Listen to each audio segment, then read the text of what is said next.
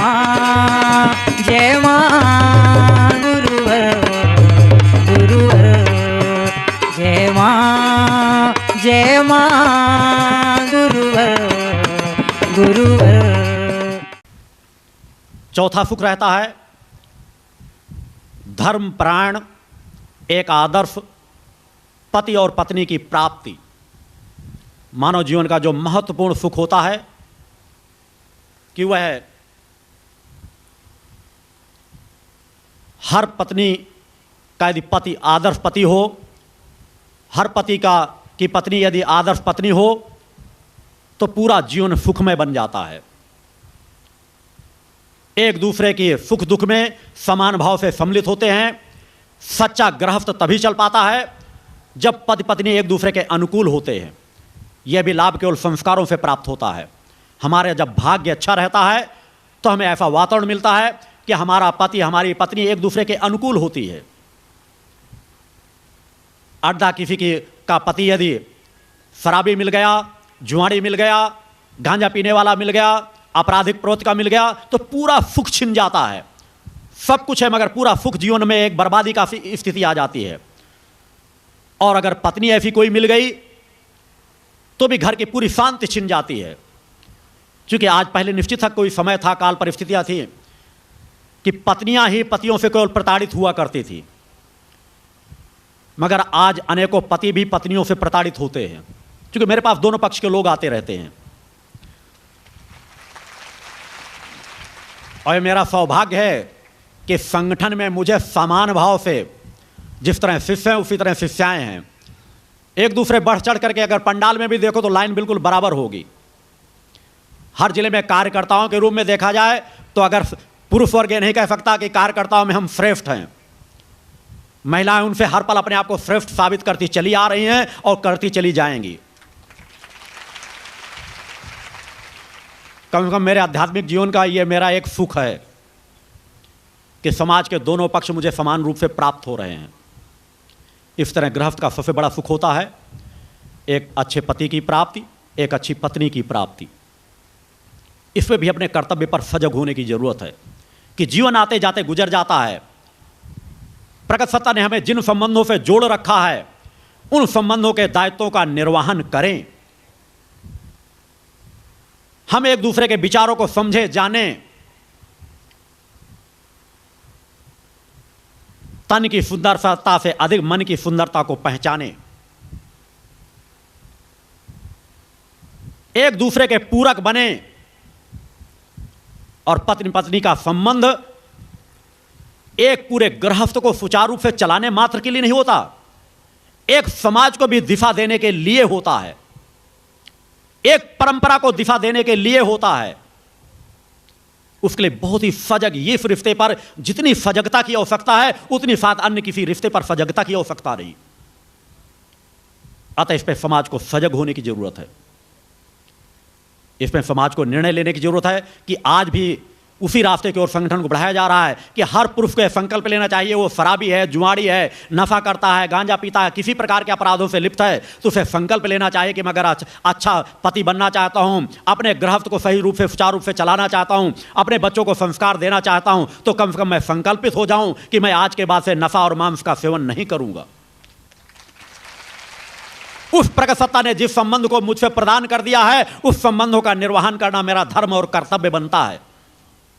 उसी तरह हर पत्नी एक सोच बना करके चले कि जिस पति से मेरी शादी हुई है उस पति पर मेरा धर्म कर्म कर्तव्य बनता है, मैं सजगता के साथ उस गृहस्थ को सुचारू रूप से चलाने में सहभागी बनूं।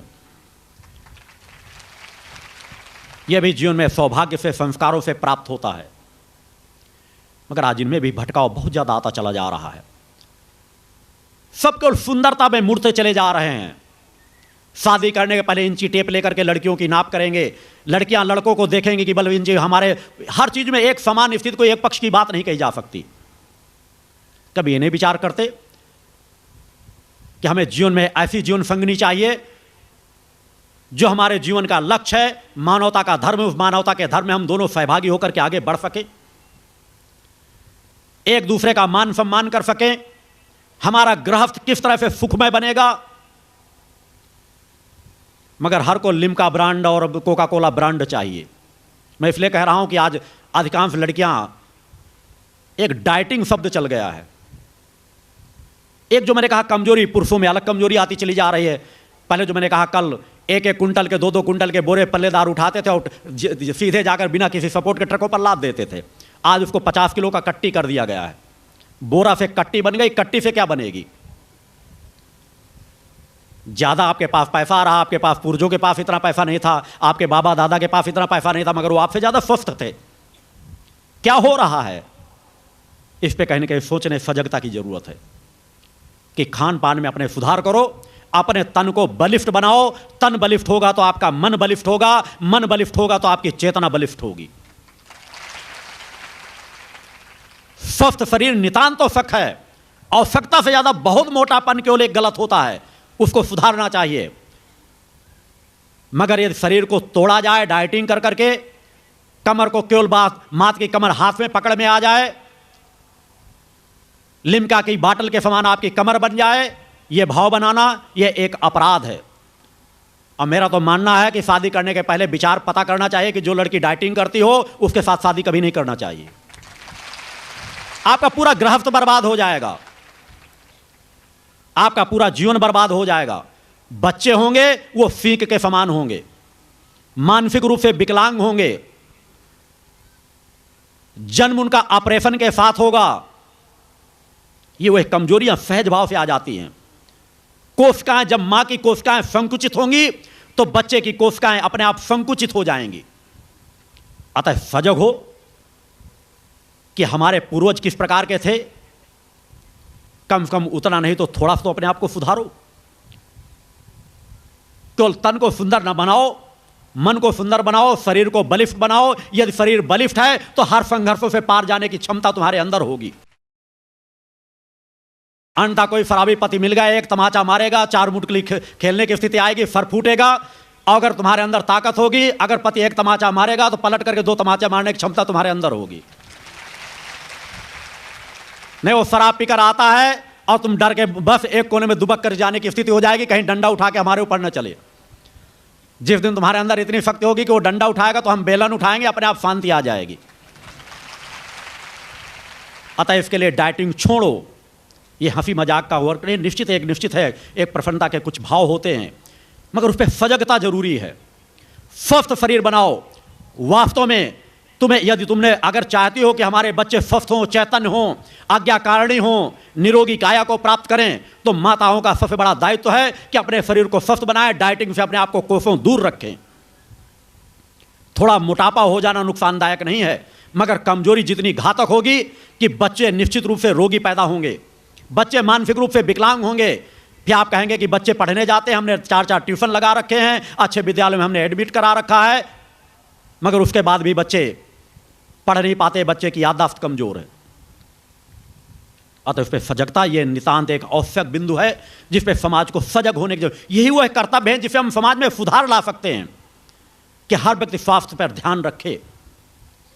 जिस तरह मैंने कहा माता पिता के कर्तव्य भी इन्हें बताए हैं, बच्चों के प्रति जो एक प्रमुख कर्तव्य होते हैं, बच्चों को स्वास्थ्य, बच्चों की शिक्षा, बच्चों को धर्माचरण, 3 मार्ग हैं। माता पिता यदि अपने दायित्व का निर्वहन करने के लिए इन 3 मार्गों पे सजग हैं तो वास्तव में वही आदर्श माता पिता कहलाते हैं। यदि उन्होंने अपने बच्चों के स्वास्थ्य पर ध्यान रखा है, बच्चों की शिक्षा पर ध्यान रखा है और बच्चों को धर्म का आचरण सिखाया है, तो ये आदर्श माता पिता होते हैं। इस पे सजगता की जरूरत है। माता पिता दूसरा सबसे बड़ा अपराध करते हैं, प्रशासन भी इस पर ध्यान नहीं देता। एक मुझे घटना याद है कि बुधिया एक लड़का था जिसका आप सभी लोग जानते हो, बड़ा प्रचार हुआ। वो दौड़ने में इतना अधिक 60-65 किलोमीटर लगातार दौड़ता चला जा रहा था, निश्चित है देशमुख का नाम हो रहा था। मगर कुछ भी अगर अच्छा होने लगता है उस पर टांग अड़ाने वाले 100 पहले खड़े हो जाते हैं। नेताओं के अक्ल में तो अनीति अन्याय अधर्म का पर्दा पड़ा ही रहता है। उनका दिमाग तो सर से जाकर के घुटने में टिक गया है जाकर के। वो भी आवाज उठाने लगे, अनेकों सरकारें आवाज उठाने लगी। विदेशों में वही अगर बुधिया होता तो उसे और उभारा जाता, मगर उसको रोक दिया गया कि अपराध हो रहा है। वह दौड़ता था तो एक अपराध हो रहा है। अब बच्चे 4 साल के 3 साल के हुए नहीं, उनको हॉस्टल में डाल दिया गया, वो अपराध नहीं हुआ। माता पिता से अलग कर दिया जाता है, हॉस्टलों में डाल दिया जाता है। मैं मानता हूं कि इस तरह का सबसे बड़ा अपराध मानना चाहिए। कम से कम प्राइमरी शिक्षा तक बच्चों को हॉस्टल में डालना एक अपराध की श्रेणी में गिना जाना चाहिए। वो माता पिता अपराधी के समान अपराध बोध का भाव होना चाहिए कि हम बच्चों को जो सानिध्य हमें देना चाहिए वो हम नहीं दे पा रहे। निश्चित आज कुछ परिस्थितियां ऐसी हो गई हैं जो आप उन जीवनों से ग्रसित हो चुके हो, मगर फिर भी एक सोच कहीं ना कहीं पैदा करने की जरूरत है कि कम से कम अगर हमसे गलतियां हो रही तो आगे वो गलतियां ना हो, उस पर हम सजग बने। आपके सामने कोई परिस्थिति, आप दोनों लोग नौकरी करते हो, बच्चों को आप भेज देते हो कि आप हॉस्टल में चले जाएंगे तो कम से कम हमारी जिम्मेदारी से हम मुक्त हो जाएंगे।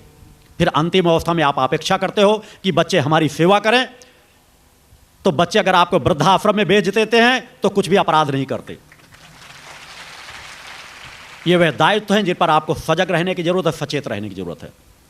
जरा सोचो, जो बच्चा मां की गोदी चाहता हो, 10 मिनट मां से अलग नहीं होना चाहता, वो महीनों महीने इंतजार करता रहा है कि महीने में एक दिन बात होगी, महीने में एक दिन छुट्टी मिल पाएगी। कितना बड़ा कष्ट उसे दिया जाता है। जरा उस कष्ट में कभी खुद पढ़ करके देखना, तब एहसास होगा। उसके भाव में उतर करके देखो, एक बच्चा बन करके देखो कि अगर मैं उस स्थान पर होता, अपने माता पिता से अलग होता, तो मुझे कितना कष्ट होता। शिक्षा जरूरी है, मगर शिक्षा का जो स्वरूप समाज में फैलता चला जा रहा है, जगह जगह जिस तरह के विद्यालय बस भौतिकतावाद की शिक्षा देते चले जा रहे हैं, उसमें धर्म की शिक्षा जोड़ी जानी चाहिए, मानवीय मूल्यों की शिक्षा जोड़ी जानी चाहिए। धन ही सब कुछ नहीं होता। प्रयास ये होना चाहिए कि हम प्राइमरी की शिक्षा तक बच्चों को हॉस्टलों में न डालें। किसी के साथ बहुत ही बड़ी विषम ऐसी परिस्थितियां हों तो एक अलग बात है, मगर सजगता धीरे धीरे में सुधार होना चाहिए। और भक्ति मानव कल्याण संगठन को धीरे धीरे कहीं ना कहीं इसमें आवाज उठाएगा और इसमें कहीं ना कहीं याचिका दायर की जाएगी और इस अपराध को एक न एक दिन रोकने का पूरा प्रयास किया जाएगा। कि उन बच्चों के साथ यह सबसे बड़ा एक अपराध है। बच्चों के संस्कार को जितने माता पिता के सानिध्य में प्राप्त हो सकते हैं, उतने हॉस्टलों में नहीं प्राप्त हो सकते। वो मानसिक रूप से बंद करके रह जाते हैं, उनका बहुमुखी विकास नहीं हो पाता। बस शिक्षा का एक मार्ग में विकास होता है कि वे पढ़ करके उनके रटू तोते बन जाते हैं, सामाजिकता का ज्ञान उनके पास नहीं रह जाता, धर्म कर्म का कर्तव्य नहीं रह जाता, जन समाज के प्रति मेरे कर्तव्य दायित्व क्या होते हैं, इनसे वह भूल जाता है। ज़्यादा से ज़्यादा राजनीति की शिक्षा प्राप्त कर लेगा तो खड़ंतकारियों की शिक्षा प्राप्त करता, मुझे राजनीति में किस तरह बढ़ जाना है, बिजनेस में किस तरह से बेईमानी करना है, डॉक्टर बनकर के किस तरह से मुझे पैसा कमाना है, इंजीनियर बनकर के बिल्डिंगों में किस तरह से मुझे मिलावट करना है, यही सब कुछ तो सीखेगा, क्योंकि उसने शिक्षा ही केवल धन कमाने के लिए सीखी है। तो सबसे महत्वपूर्ण बिंदु जहां है कि विद्यालयों में धर्म की शिक्षा, मानवीय मूल्यों की शिक्षा 50% तक लागू होनी चाहिए, कि उनको इस विषयों पर ज्यादा सजग करने की जरूरत है। और इसके लिए माता पिता का प्रथम दायित्व है। संगठन के बहुत उद्देश्य हैं जो आने वाले समय पे संगठन इन चीजों पर समाज को बाध्य करेगा, प्रशासन को बाध्य करेगा। और राजनेता अगर उन विचारधाराओं पर अमल नहीं कर सकेगा तो उस तरह के राजनेताओं को धूल चटाने के लिए भी संगठन तैयार खड़ा है। क्योंकि सब लक्ष्य मेरे संगठन की विचारधारा में जुड़े हुए हैं, क्योंकि 3 विचारधाराओं से समाज के बीच मुझे कार्य करना है। एक इस आश्रम के माध्यम से, एक ऐसी तपस्थली, एक ऐसा तीर्थ स्थान जहां पर समाज यदि आए बैठे तो उसे हर पल किसी स्थान पर बैठे तृप्ति, शांति, आनंद और संस्कारों की प्राप्ति हो। भक्ति मानव कल्याण संगठन के माध्यम से समाज में जनसेवा का भाव पैदा हो, जन जन में मां की चेतना फैलाते हुए जाति भेद को, सामाजिक जो विपरीतता विषमता है उनको दूर करके एक संगठित समाज का निर्माण करना। और आने वाले समय में एक राजनीतिक पार्टी का भी गठन किया जाएगा, जो राजनीतिक पार्टी उन राजनीतिज्ञों को उनको धूल चटाएगा, उनको एहसास कराएगा कि राजनीति होती किस प्रकार से है, जो राजनीति धर्म नीति पर चलेगी।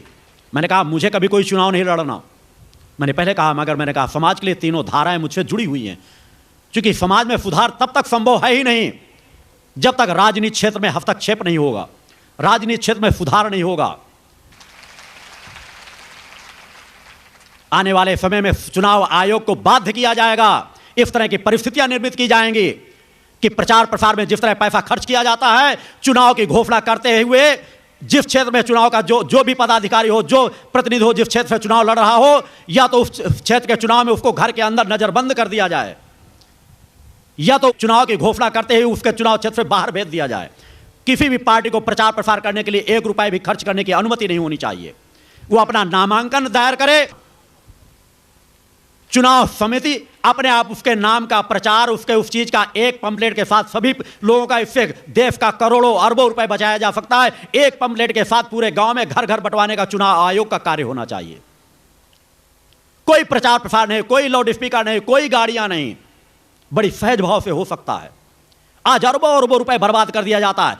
Haryana number 1, Uttar Pradesh number 1, Gujarat number 1, Madhya Pradesh number 1। अरे धूर्तो, नंबर 1 तुम जरूर बन गए होगे, मगर हमारा समाज कितने गर्त में चला गया है इसको कभी आंखें खोल करके नहीं देखते हो। वह दिन दूर नहीं जिस दिन यही समाज तुम्हें गर्त पे मिला देगा। अरबों अरबों रुपए एक एक दिन में बर्बाद कर दिया जाता है। उतना विकास कार्यों में नहीं लगाया जाता जितना अपने आप को नंबर 1 प्रांत साबित करने में एक एक मिनट में, एक सीरियल के अंदर 50-50 बार नंबर 1 एकदम देवी देवताओं की तरह उन राजभ्रष्ट बेईमान राजनेताओं को प्रदर्शित किया जाता है। कौन पर्दाफाश करेगा? आंख बंद करके, कान बंद करके, मुंह बंद करके फिर अपेक्षा करोगे समाज का सुधार हो जाएगा? जागने की जरूरत है, सजग होने की जरूरत है। अपने गृहस्थ को संभालो, अपने अंदर चेतना का संचार करो। गृहस्थ का दायित्व केवल गृहस्थ की सीमाओं तक मत रखो। आपका समाज के प्रति दायित्व है, आपका धर्म है, कर्म है, कर्तव्य है, उसके लिए आपको सजग होने की जरूरत है। और सजग आपको एक न एक दिन होना ही पड़ेगा। अगर नहीं होगे तो इसी तरह कीड़ों मकोड़ों के समान जीवन जीते चले जाओगे। आज तुम इतना असमर्थ हो, कल को आने वाली पीढ़ी तुम्हारी इससे भी ज्यादा असमर्थ होती चली जाएगी। भक्ति मानव कल्याण संगठन धीरे धीरे करके वो सब संसाधन आपको उपलब्ध कराता चला जाएगा। जिन्होंने कहा मेरा पूरा जीवन एकांत साधनाओं में गुजरना है, साधनाओं में गुजरना है, मगर समाज को इतना सामर्थ्यवान बनाता चला जाऊंगा कि समाज सभी क्षेत्रों में धीरे धीरे करके आगे बढ़ता चला जाएगा। निश्चित है सत्य के साथ धर्म की स्थापना बड़ा कठिन कार्य होता है, मगर असंभव नहीं होता। एक सिद्धाश्रम पत्रिका का प्रकाशन है जिसपे आध्यात्मिक विचार चिंतन आपके पास मिलते रहते हैं। आपके घरों में वो पत्र पत्रिकाएं जाती हैं तो कहीं ना कहीं हर पत्रिका में आपको कुछ ना कुछ विचार, कुछ ना कुछ चिंतन मिलेंगे। उसी तरह एक समाचार पत्र का भी प्रकाशन, संकल्प शक्ति समाचार का साप्ताहिक समाचार से बाकी भविष्य में जाकर उसको दैनिक भी किया जाएगा। राष्ट्रीय स्तर का एक समाचार डाला जाएगा जिसपे समाज की आवाज को उठाया जा सके। वो समाचार पत्र समाज से केवल धन लूटने के लिए नहीं होगा, समाज सुधार के लिए होगा। निश्चित है प्रारंभ एक सामान्य स्थिति से मेरे द्वारा हर चीज की जाती है, मगर उसकी विराटता क्या होती है यह आने वाला समाज ही देखेगा। अतः सिद्धाश्रम संदेश पत्रिका जहां पे प्रकाशित होती है, सदस्य बनने के लिए आपको इसलिए नहीं कहा जाता। यहां कार्यकर्ता जो कहते रहते हैं कि आपको इस पत्रिका की बिक्री हो जाएगी, मैंने कहा पत्रिका उससे भी कम हो, उससे मुझे कोई फर्क नहीं पड़ता। ये एक माध्यम है जिसके माध्यम से संगठन की विचारधारा, संगठन के कार्यक्रम, मेरे विचार, मेरे चिंतन जन जन तक पहुंचते रहते हैं। उन पत्रिकाओं को आप सदस्य बनकर के भी प्राप्त कर सकते हैं। पूर्व के जो अंक रखे रहते हैं उनमें अनेकों प्रकार के जो विचार है उनको भी आप आश्रम संगठन से कार्यालय में संपर्क करके प्राप्त कर सकते हैं। वह आपके लिए बहुमूल्य धरोहर होगी। मेरा एक एक सामान, एक एक चीज केवल दिखावे के लिए नहीं होती। एक पत्रिका पता नहीं किसके जीवन में कितनी बड़ी दिशाधारा को मोड़ दे। इसकी एक घटना, मैंने एक छोटी सी घटना बताई थी कि मेरी जो छवियां होती हैं, मेरे जो चिंतन, आने को लोग टीवी चैनलों में उन कार्यक्रमों को देखते हैं प्रसारण, वहीं पर टीवी चैनल के सामने बैठ करके टीवी के सामने अपना निवेदन रखते हैं, व्यक्त करते हैं और कभी वही कहते हैं कि रात में गुरुदेव जी हमें आपके दर्शन प्राप्त हुए और हम अपनी समस्या से मुक्ति प्राप्त कर गए। ये जो चरण पादुकाएं सामने रखी रहती जब आप प्रणाम करते हैं, मैंने कहा जिस तरह आप मेरे शरीर का स्पर्श करते हैं, मेरी उपयोग की हुई किस चीज का स्पर्श करते हैं, तो उससे भी उतने ही आपको लाभ और आशीर्वाद प्राप्त होता है। मैंने एक घटना बताई थी सतना की, पूर्व में 1-2 बार शायद जिसकी जानकारी भी दे चुका हूं कि एक घर में एक केवल मेरी पुस्तक रखी हुई थी। कमरे में, बैठक रूम में एक पुस्तक रखी थी। उसी घर की एक लड़की आत्महत्या के लिए इन घर से निकलती है रात में, सुबह ब्रह्म मुहूर्त में निकलती है कि रात जाकर के मैं आत्महत्या कर लूंगी। क्योंकि आज जो विषमताएं समाज के अंदर हो गए कि अगर आज समाज की वास्तविकता कह दिया जाए, ज्यादा नहीं तो 10% या 25% के बीच तो निश्चित ही है कि शादी के पहले ही समाज में जितना बड़ा भटकाव आ जाता है उसकी कोई कल्पना है। उस विचार में मैं ज़्यादा जाना नहीं चाहूँगा। वह लड़की घर से निकलती है आत्महत्या का भाव लेकर के, अचानक उसकी निगाह केवल एक उस छवि पर पड़ती है जो पुस्तक के ऊपर मेरी छवि बनी हुई थी। वो बर्फ ठिठक करके रुक जाती है। उसके खुद शब्द थे, चौहान वगैरह यहाँ खड़े हैं, इनके सामने उसने व्यक्त किया था। और मेरे जो कार्य चलते रहते पहले से दिखने शुरू हो जाते हैं। वो लड़की वहाँ पर ठिठकती है, वो छवि उसको आकर्षित करती है, जैसे उसको खींच रही हो, उस छवि के नज़दीक तक जाती है। एक बार छवि को उठाती है और जो मेरी छवि को उठा ले वह आत्महत्या की ओर मुड़े, ऐसा संभव नहीं। उसके अंदर चिंतन तत्काल बदलना शुरू हो जाते हैं। मैंने कहा एक चिंतन होते हैं जो पतन के मार्ग में ले जाते हैं, एक चिंतन होते हैं जो विकास के मार्ग में ले जाते हैं। चिंतन का चक्र कोशिका जागृत हुई, चिंतन का चक्र बदला और एक बार भाव आया कि क्यों ना मैं वहां जाकर के मिल लूं एक बार, उसके बाद निर्णय लूंगी, एक बार इन गुरुदेव जी से जाकर के मिल लूं। उधर वह घटना रात में घटित होती है और इधर जहां मैं निवास स्थान में रह रहा था, कल क्या घटित होना है मैं इस तरह के सैकड़ों प्रमाण दे चुका हूं। मैंने पहले से ही अनूपपुर के गुप्ता जी वगैरह कई लोग बैठे चुके, पहले जो शिष्य रहा करते, जब तक मैं आश्रम में ध्वज मैंने स्थापित नहीं किया। आप चमत्कार देखना चाहते हो, मैं नित महीने में 10-20 चमत्कारित घटनाएं इस तरह उपस्थित किया करता था। मगर जब से संकल्प बन गया तब से मैंने आपको चेतना अंश के रूप में वही ऊर्जा जो चमत्कारों में नष्ट होती थी उसको आपको चेतनावान बनाने में खर्च करता हूं कि आप खुद पात्र बन सकें। उधर वह घटना घटित हो रही थी। एक दिन शाम को ही मैंने चौहान से कहा, चौहान जयपाल जी को जो बुजुर्ग थे, उम्रदराज व्यक्ति थे, मैंने कहा उनको चौहान फोन करके बुला लो, कल मेरे यहाँ उपस्थित हो। बोले, चौहान ने कहा गुरु जी क्या कार्य है? मैंने कहा जब वो कल आएंगे तभी मैं बताऊंगा क्या कार्य है, क्योंकि मेरे कार्य बहुत पहले से प्रारंभ हो जाते हैं। सुबह उठ करके चौहान ने कहा गुरुदेव जी, चूँकि नित्य तब कुछ शिष्य थे मेरे नज़दीक बहुत ज़्यादा बैठते थे, सैकड़ों हजारों घटनाओं के साक्षीभूत हैं, इसलिए यहाँ दिन रात अपनी सेवा कार्यों में रत रहते हैं कि अगर इन्हें मैं कह दूँ गला काट के रख दो तो बगैर विचार किए गला काट के रख देंगे। जो एक नहीं सैकड़ों घटनाओं के साक्षीभूत हैं। सुबह उठ करके चौहान ने कहा गुरुदेव जी अब तक तो आपकी अलग अलग झलकियाँ दिखती थी, आज मैंने देखा कि आप किसी लड़की से बड़ी गुफ्तगू कर रहे थे, बिल्कुल शांत एकांत बैठकर जैसे कोई बात इस तरह कर रहे थे। और उससे मेरे मन में एक संशय वैसा भाव आया कि गुरुदेव जी इस तरह की बात क्या, हमेशा किसी से जोर से बात करते हैं, ऐसा बड़ी धीमे स्वर में बात कर रहे हैं, ऐसे क्या? मैंने एक लड़की को देखा जो चश्मा लगाए हुए है और गुरुदेव जी बिल्कुल आप एकांत हम लोगों को हटा देते हैं, अकेले बैठा के उससे बात करते हैं। मैंने कहा थोड़ी देर इंतजार करो, सब कुछ सामने स्पष्ट होगा।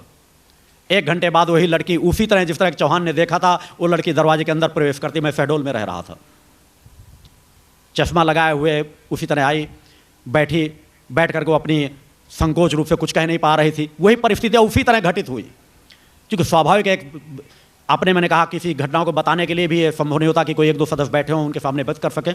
मैंने इन सब लोगों को कमरे से बाहर जाने मैंने कहा तुम लोग बाहर जाओ। मैंने उसको 10 मिनट उससे चर्चाएँ की, उसको समझाया कि अपराध हो भी जाते हैं तो अपराध से निकलने के रास्ते हैं। चूँकि मैंने कहा मैं उस विचारधारा का नहीं हूँ। जिस तरह आज एक समाज में एक भाव धर्माचार्यों ने, बड़े बड़े धर्माचार्यों में मेरी समझ में नहीं आता, उन्हें धर्माचार शब्द संबोधित करना भी एक अपराध नजर आता है। जिन्होंने समाज में विचारधारा डाल दी कि अगर किसी लड़के के साथ बलात्कार हो जाए तो उसे नदी में कूद करके आत्महत्या कर लेना चाहिए, पहाड़ से कूद करके पत्थर में अपनी जान दे देना चाहिए। कभी किसी पुरुष को नहीं कहा जाता कि तुम अनीति अन्याय धर्म करके आए हो तो पहाड़ से कूद करके नदी में जान दे दो, पत्थर में सर पटक करके अपना सर फोड़ दो। मेरे द्वारा कहा जाता जागृत हो, ये तुम्हारे साथ अनीति अन्याय धर्म हुआ है तो उसके खिलाफ आवाज उठाओ, कभी भी अपनी आत्महत्या की तरफ कदम मत उठाओ। तुम्हें पहाड़ से कूदने की जरूरत नहीं, आत्महत्या करने की जरूरत नहीं। यदि ऐसा कोई अपराध हुआ है, किसी ने अपराध किया है तो उस अपराधी के खिलाफ आवाज उठाओ। यदि तुमसे गलती हो गई है तो गलती का अपराध बोध होकर के जीवन की दिशा धारा बदलो। आत्महत्या करना किसी समस्या का समाधान नहीं होता। प्रकट सत्ता ने हमें जीवन दिया है, इस जीवन को नष्ट करने का अधिकार हमारा नहीं है। हम यदि कोई अपराध करते हैं तो उसका अपराध बोध करें, दूसरा मार्ग तक है। हर समस्या का समाधान होता है, किसी भी समस्या का समाधान आत्महत्या नहीं होती। आप एक जीवन में आत्महत्या करेंगे, नवीन जीवन में उसी प्रकार की समस्या आपको खड़ी होगी और बार बार आत्महत्या के मार्ग में, पतन के मार्ग पर बढ़ते चले जाएंगे। या देवी सर्वभूतेषु शक्ति रूपेण संस्थिता, नमस्तस्यै नमस्तस्यै नमस्तस्यै नमो नमः। पंच ज्योति शक्ति तीर्थ सिद्धाश्रम, मां की कृपा और गुरुदेव की अमृतवाणी का पावन संगम, एक ऐसी पवित्र भूमि जहां मां भगवती की ज्योति हर दिल को रोशन करती है, जहां परमहंस योगीराज श्री शक्तिपुत्र जी महाराज के चरणों में बैठकर हर मन की पुकार सुनी जाती है। पंच ज्योति शक्ति तीर्थ सिद्धाश्रम, जहां हर कदम पर साधना, हर सांस में भक्ति और हर पल में जन कल्याण की सुगंध बिखरती है। आओ इस अलौकिक यात्रा में शामिल हो और देखो कैसे एक आश्रम ने करोड़ों जीवन को बदला। युगवंदनीय धर्म सम्राट, युग चेतना पुरुष सद्गुरुदेव परमहंस योगीराज श्री शक्तिपुत्र जी महाराज के पावन चरणों में कोटि कोटि नमन, वंदन और प्रणाम। उनकी कृपा से एक ऐसी पवित्र स्थली का सृजन हुआ जो तप, योग, ध्यान और साधना का स्वर्णिम केंद्र है। यह है मध्य प्रदेश के शहडोल जिले की ब्योहारी तहसील में बसा पंचज्योति शक्ति तीर्थ सिद्धाश्रम, जिसकी नींव परम पूज्य गुरु वर्श्री ने 23 जनवरी 1997 को रखी। तब से यहाँ माँ भगवती की अखंड ज्योति जल रही है और 15 अप्रैल 1997 से श्री दुर्गा चालीसा का अखंड पाठ अनंत काल तक जन जन के कल्याण के लिए गूंज रहा है। हर सुबह और हर शाम जब सूरज की किरणें और चांद की चांदनी सिद्धाश्रम को चूमती हैं, तब परम पूज्य गुरुदेव जी माता भगवती आदिशक्ति जगत जननी दुर्गा जी सहित सभी देवी देवताओं और सहायक शक्तियों की आरती करते हैं। इस पावन बेला में भक्तों के हृदय मां की भक्ति में डूब जाते हैं। मूल ध्वज साधना मंदिर में भी रोज सुबह शाम होने वाली आरती में भक्तों का समूह उमड़ता है। यहाँ हर मन की पीड़ा मिटती है, हर शरीर को शांति मिलती है और हर आत्मा को सुख, शांति व समृद्धि का आशीर्वाद प्राप्त होता है। परम पूज्य गुरुदेव की कृपा ऐसी कि वे रोज सुबह और शाम भक्तों से निःशुल्क मिलते हैं। मां के भक्त और गुरुदेव के शिष्य अपने मन की बात उनके चरणों में रखते हैं और बदले में समाधान व आशीर्वाद पाते हैं।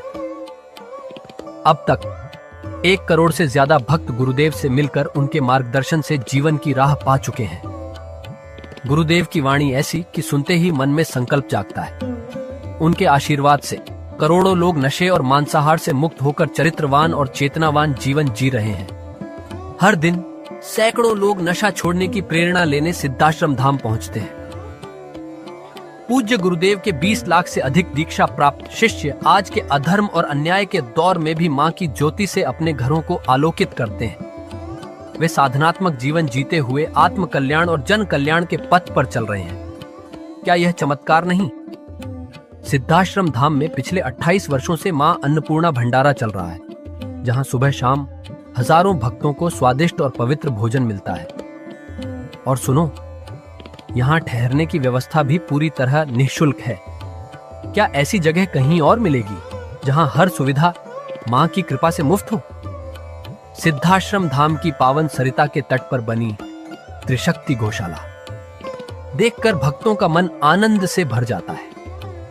हर महीने शुक्ल पक्ष की अष्टमी को गो सेवा समर्पण दिवस मनाया जाता है, जब परम पूज्य गुरुदेव और पूजनीय शक्तिमयी माता जी अपने हाथों से गायों को रोटी खिलाते हैं। यह दृश्य देखकर हर भक्त का हृदय गदगद हो उठता है। गौशाला के पास ही स्वामी श्री राम प्रसाद आश्रम जी महाराज की समाधि मन को शांति देती है और पास ही दानवीर गुफा स्थल हर किसी को असीम शांति का अनुभव कराता है। हर साल शारदीय नवरात्र में सिद्धाश्रम धाम में शक्ति चेतना जनजागरण शिविर का भव्य आयोजन होता है। लाखों भक्त यहाँ योग, ध्यान और साधना सीखते हैं, गुरुदेव के चेतनात्मक चिंतन को सुनते हैं और मां की अलौकिक आरती का आनंद लेते हैं। मां की कृपा और गुरुदेव का आशीर्वाद पाकर हर भक्त धन्य हो उठता है। 23 जनवरी सिद्धाश्रम स्थापना दिवस एक और पावन अवसर है। इस दिन अखिल भारतीय सिद्धाश्रम दौड़ प्रतियोगिता, योग भारती सामूहिक विवाह और शाम को सुर संध्या व कवि सम्मेलन का आयोजन होता है। क्या मजा है जब भक्ति और संस्कृति का ऐसा संगम देखने को मिलता है। सिद्धाश्रम धाम का जनसंपर्क कार्यालय हर जानकारी का खजाना है। यहाँ से मासिक सिद्धाश्रम पत्रिका और साप्ताहिक संकल्प शक्ति अखबार मिलता है, जिसमें गुरुदेव की ऋषिवाणी और प्रेरक लेख पढ़ने को मिलते हैं। और हाँ, यहाँ माँ के प्रसाद के रूप में शक्ति जल भी निःशुल्क मिलता है। इस शक्ति जल ने करोड़ों लोगों को नशे और बीमारियों से मुक्त कर चेतनात्मक ऊर्जा दी है। क्या यह माँ की कृपा नहीं?